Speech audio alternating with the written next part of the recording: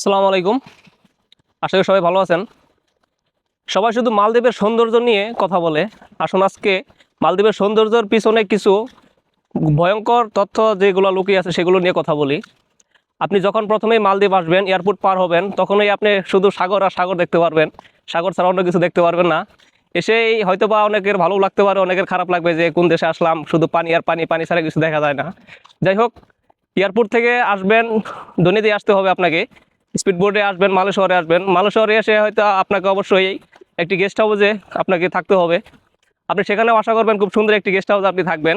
বড় একটি আশা নিয়ে আপনি যাবেন। গেস্ট হাউসে যেয়ে আপনি প্রথম যেটি দেখতে পারবেন, দরজাটা খোলা মাত্রই এমন একটা ফ্লেভার আপনার আসবে, আপনি দেখতে পারবেন যে আপনার বাড়িতে যে সবচেয়ে অগোছালো যে ঘরটি আছে তার থেকেও আপনি একটি বেড স্মেল এখানে পাবেন। এতটাই বাজে একটা দুর্গন্ধ আসবে আপনার, সেটা দেখে আপনি আসলে এটা প্রত্যাশা করবেন না। তারপর আপনি যাই হোক কষ্ট করে আপনাকে থাকতে হবে। আসার পরেই আপনি দেখতে পারবেন যে আপনি যে রুমে উঠবেন সেই রুমেতে দেখবেন একজনের জায়গায় 3জন 4জন করে থাকতে হয়।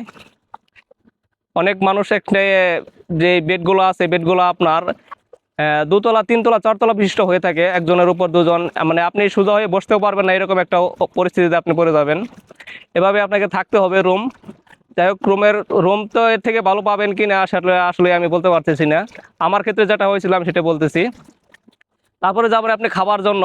খাবার হোটেলে গিয়ে আপনি প্রথমে আপনার রুচিতে কোনো কিছু ধরবে কিনা সেটা আসলে আমি বলতে পারছি না, কিন্তু আমার যেটা এক্সপিরিয়েন্স আমি সেটা বলতেছি। খাবার গিয়ে আপনি একটা হতভম্ব হয়ে যাবেন যে আসলে এখন কি খাবেন, কেমন লাগবে, বা খাবার খেতে সময় আপনার গলা দিয়ে নামবে না ভালোভাবে, এরকম একটা পরিস্থিতি আপনি পড়ে যাবেন।